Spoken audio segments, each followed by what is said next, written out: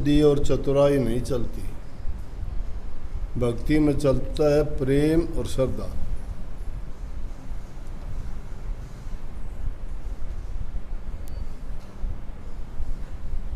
अमीर आदमी बहुत मुश्किल भक्ति कर सके, पढ़े लिखे भी कम भक्ति की ओर ध्यान देंगे, पाखंड में फंस जाएंगे। लेकिन भोले जीव जो होश हैं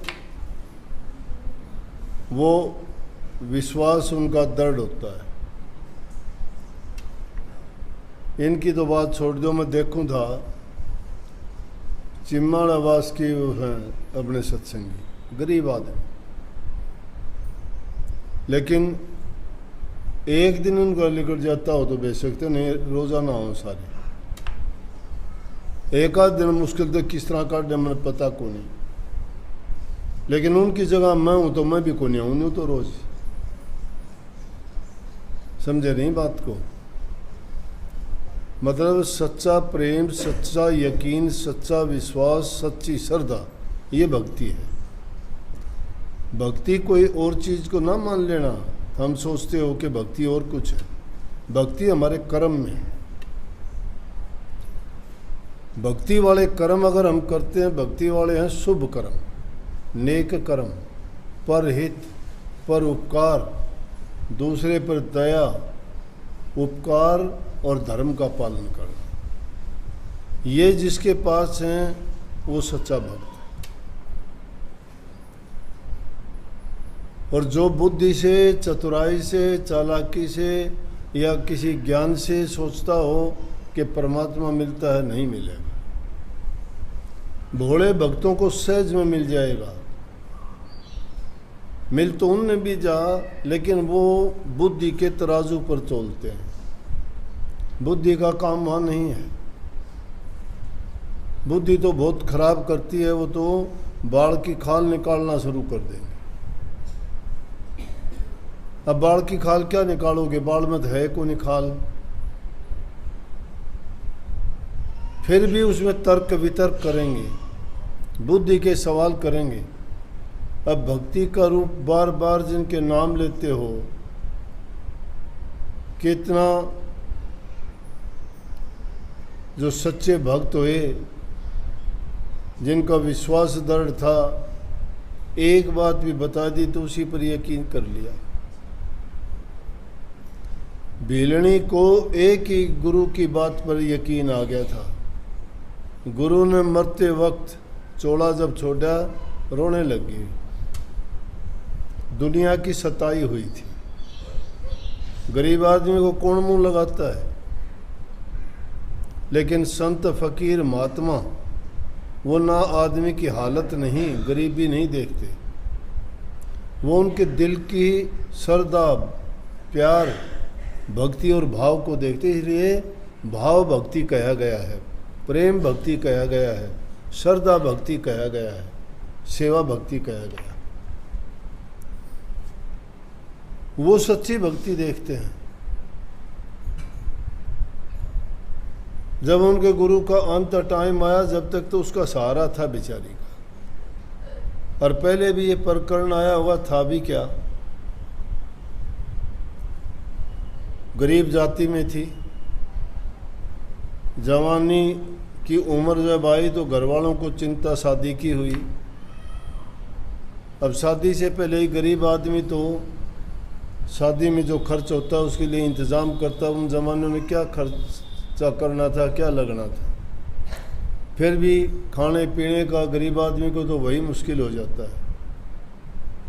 उसके पिता ने, कहते हैं कई अलग अलग अनेक प्रकार की बात हैं।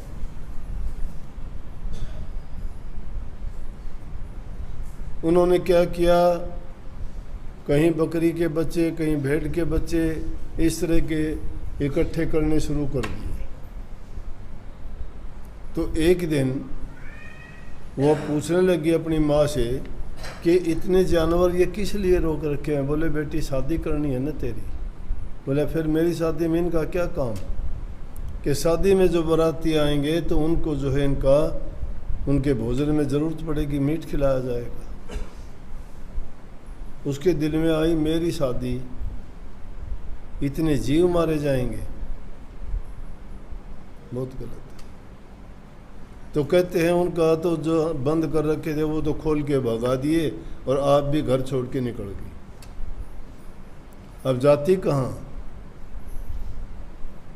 गरीब जाति की रूप भी नहीं, कुरूप काला रंग, धन भी नहीं, कोई ठिकाना भी नहीं, कोई जान पहचान भी नहीं, कोई ज्ञान बुद्धि भी नहीं, कहीं घर से निकली ही नहीं।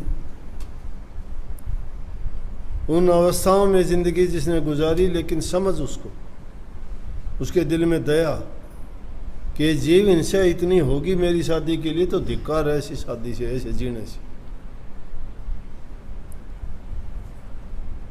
जंगल में निकल गई, कहाँ जाती? जंगलों में ऋषि रहते थे उन दिनों में, आज का ज़माना नहीं था। वक्त के अनुसार हालात भी बदलते रहते हैं, हमेशा एक जैसे हालात नहीं। सभी काम टाइम के अनुसार होते हैं। आज अगर पिछले ज़माने की बात हम याद करें, आज यज्ञ हवन करने बैठ जाएं, आज वेद मंत्रों का उच्चारण करने लग जाएं, तो हमारी तो ज़िंदगी बीत जाएगी। कोई 20 साल का, कोई 30 साल का, कोई 40, 50, 60 में गुजर जाएंगे। वो ऋषि लोग तो उनकी लाखों वर्ष उम्र होती थी, कई कई हजारों वर्ष तक तप किया। 60-60, 70-70 हजार के लेख मिलते हैं। कई कई पीढ़ियों तक राजाओं के गुरु रहे, कई पीढ़ियों तक। वशिष्ठ मुनि रघुकुल में कितने पीढ़ियों तक उनके गुरु रहे। तो इस तरह से जब उसको कोई ठिकाना नहीं, तो उसको साधुओं की कुटिया नजर आई। साधु लोग जंगल में विरक्त महात्मा होते थे, तप करते थे, यज्ञ करते थे। ये भक्ति का उस टाइम में बड़े से बड़ा साधन था। आज की तरह आज के युग में भक्ति के 3 साधन हैं: नाम का सुमरण करना, ध्यान करना और शब्द का सुनना। इनको सुमरण, भजन और ध्यान के नाम से जानते हैं। उस टाइम में सुमरण तो जब भी था, सुमरण मंत्रों का था। जो भी मंत्र वो लेते थे उसी मंत्र का जाप करते थे। माला का फेरना, मंत्रों का जाप करना, ये था। लेकिन जो जो समय बीतता गया उसके अनुसार हालात बदले। यज्ञ हवन नहीं रहे, पूजा पाठ नहीं रही, माला और ये चीज़ें नहीं रही।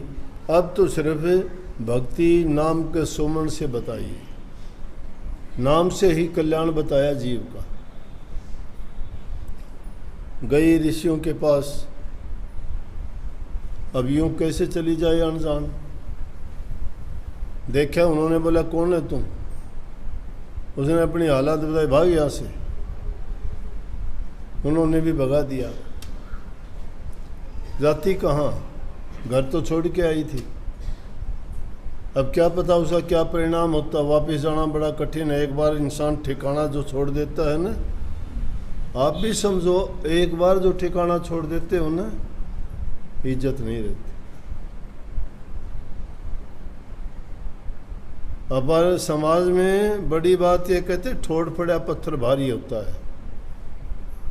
एक बार जिस आदमी ने यकीन खो दिया, फिर यकीन आना बड़ा कठिन होता है उस पर।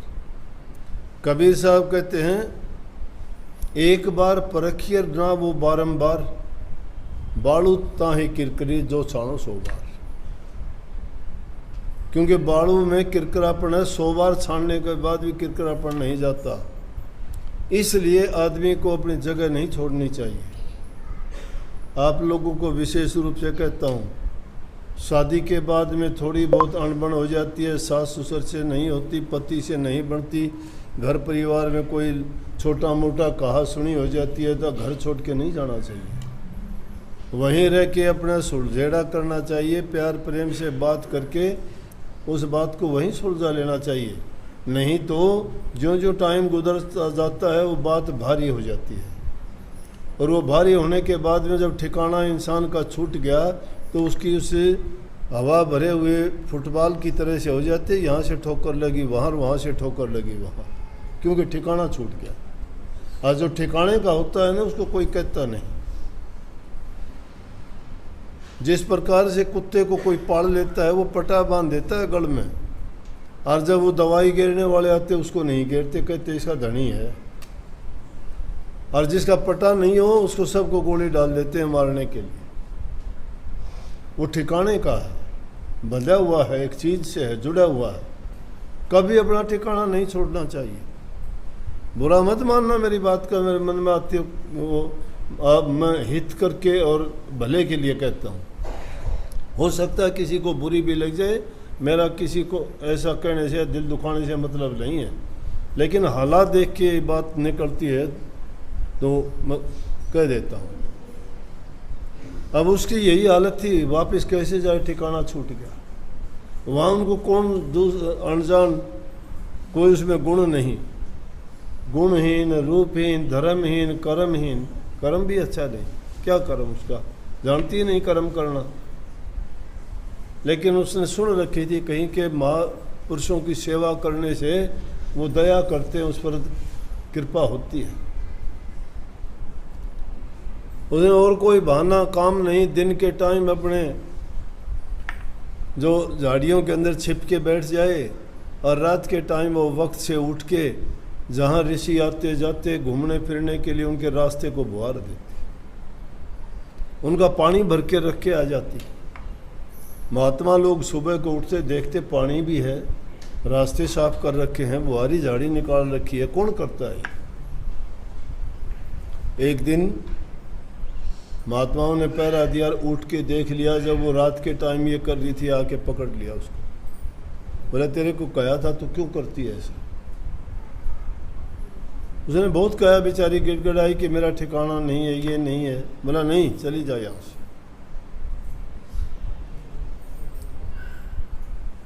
तो एक बूढ़ा ऋषि था, मतंग ऋषि नाम था शायद। मतंग ऋषि ने उसको कहा बेटी मेरे पास आ जा। बूढ़ी उम्र थी, उनको दूसरे साधुओं को भी कहा कि भाई गलत करते हो तो क्या बात है, ये अगर भोली ढोली है तो कुरूप है तो कोई बात नहीं है, तो प्रभु की भगत, ये भी भक्ति के लिए आई, आप भी आए हो। बोले बेटी मेरे पास रह। बुजुर्ग उम्र थी, महात्मा ने अपने पास रखा, बड़ी खुश रहती। उसके बावजूद भी क्या करती, ऋषि जिस तालाब में स्नान करने जाते उसको भारी झाड़ी करके और उस रास्ते को भी साफ करती। उनको वो भी अच्छा नहीं लगा। टाइम आया ऋषि का, उम्र होनी थी, कहने लगा बेटी टाइम आ गया मेरा, अब मैं जाऊंगा। कहने लगी आप तो जाओगे, मैं कहाँ जाऊंगी, ये तो मुझे कोई रहने नहीं देगा। बोला कुटिया मेरी है, तू इसमें रह आराम से। बोला सहारा मेरा कौन।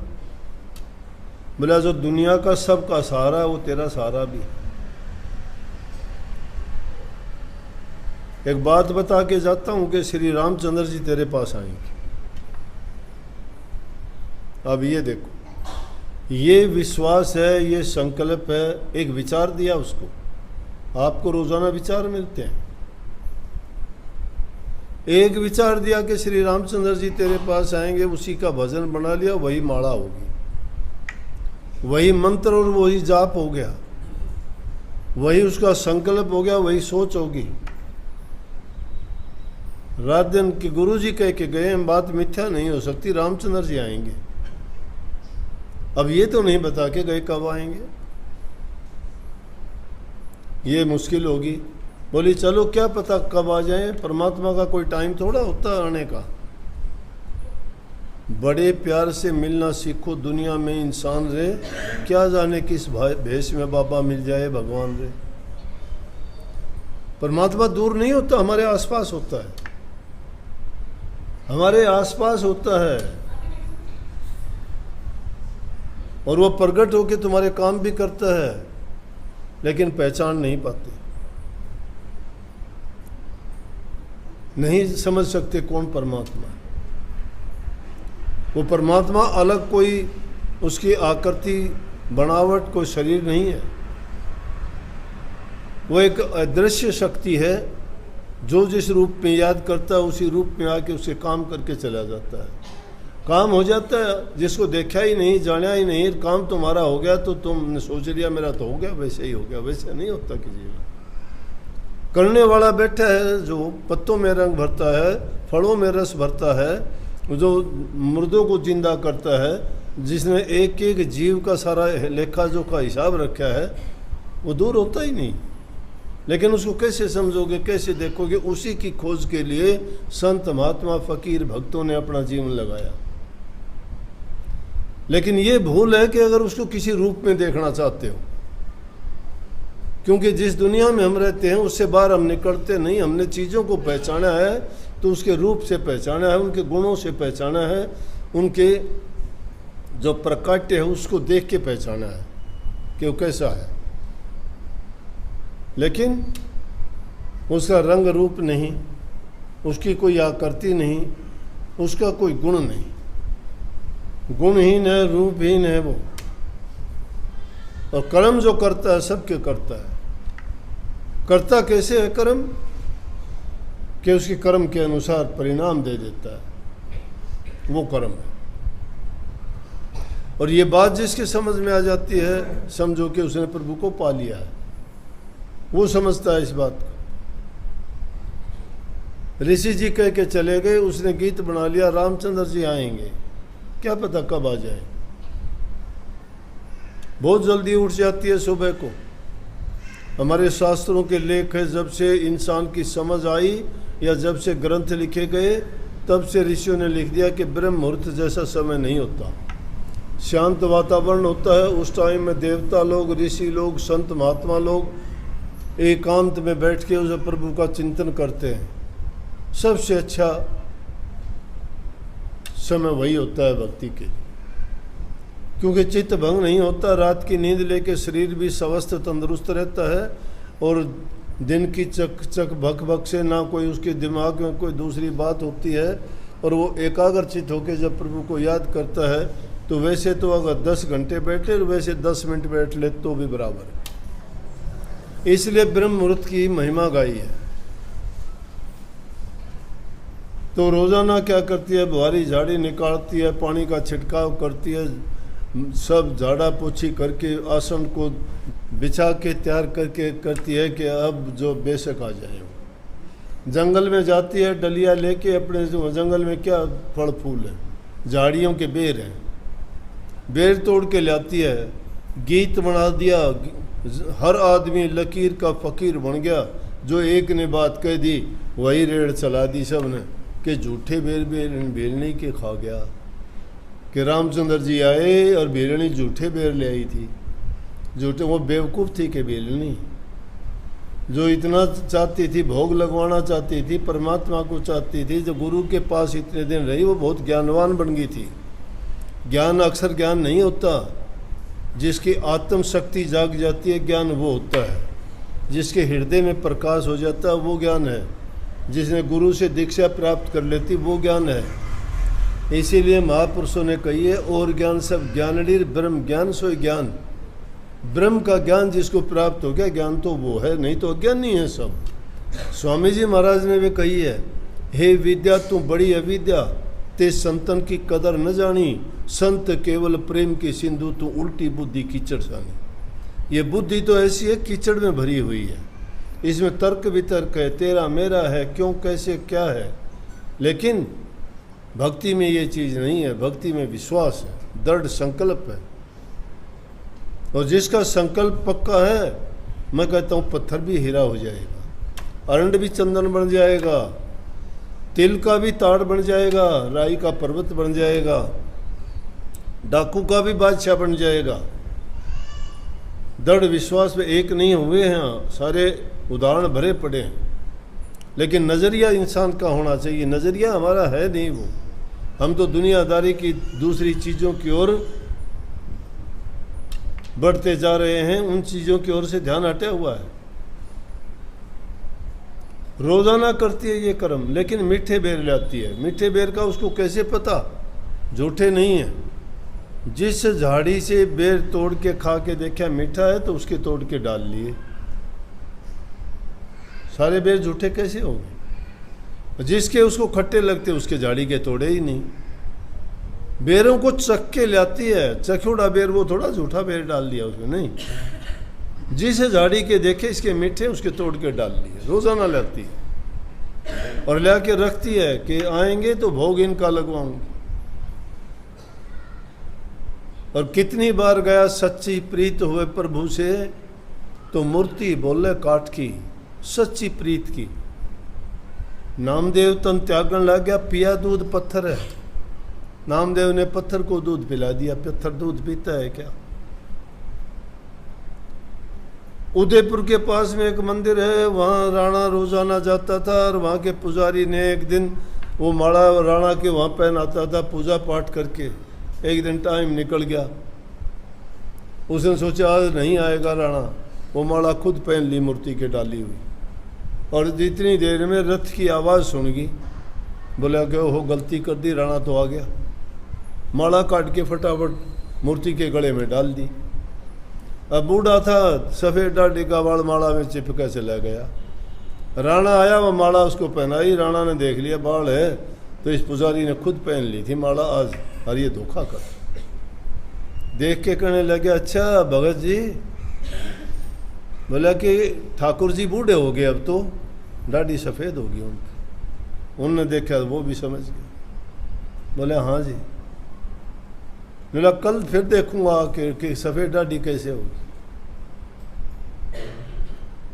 चला गया बेचारा भूखा प्यासा, लेकिन यकीन था, भरोसा था, जो रोज़ाना पूजा करता था। कहने लगा प्रभु गलती होगी मेरे से, मैंने कुछ गलत तो किया नहीं, मुझे शक हो गया नहीं आएगा इसलिए माला पहन ली थी, और वो बाल जो दाढ़ी का जाने के कारण मुझे तो सजा देगा। वो राजा है, राजा अहंकारी होता है, अभिमानी होता है, घमंड होता है, उसमें दया धर्म नहीं होता। क्या पता मुझे सजा देगा, पूरे परिवार को देगा। हम तो भूल करने वाले हैं, आप बख्शनहार हो, बख्शो, मेरी गलती माफ करो। बैठा रहा, क्या देखता है। जब टाइम हुआ, स्नान किया बेचारे ने, स्नान करके सोच लिया आज अंत टाइम तो होना है, माला बना के लिया, माला पहनाई। राणा आया अपने टाइम पर, आया, उसने माला उसके गले में से काट के जब राणा जी को माला दी, और वो देख के माला को, और जब देखे ठाकुर जी की दाढ़ी, सफ़ेद दाढ़ी,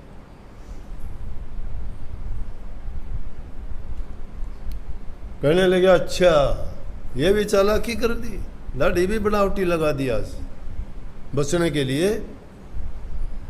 मन में सोचा ये, और पास में जाके दाढ़ी का बाल खींचा, तो कहते बाल खींचा तो खून आया।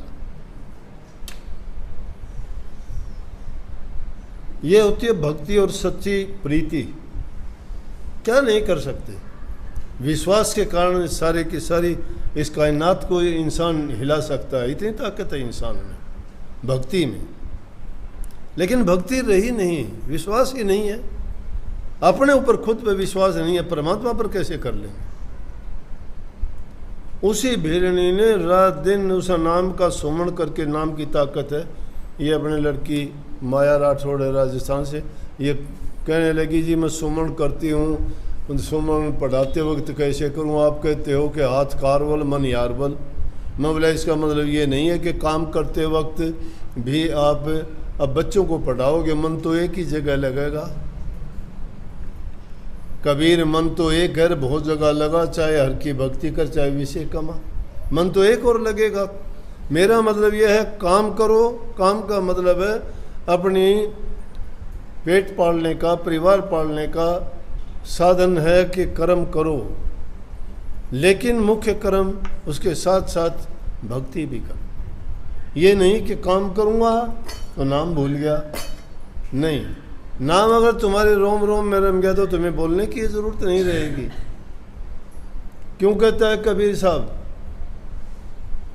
बैठे उठते खड़े उताने कहे कबीर हम उसी ठिकाने।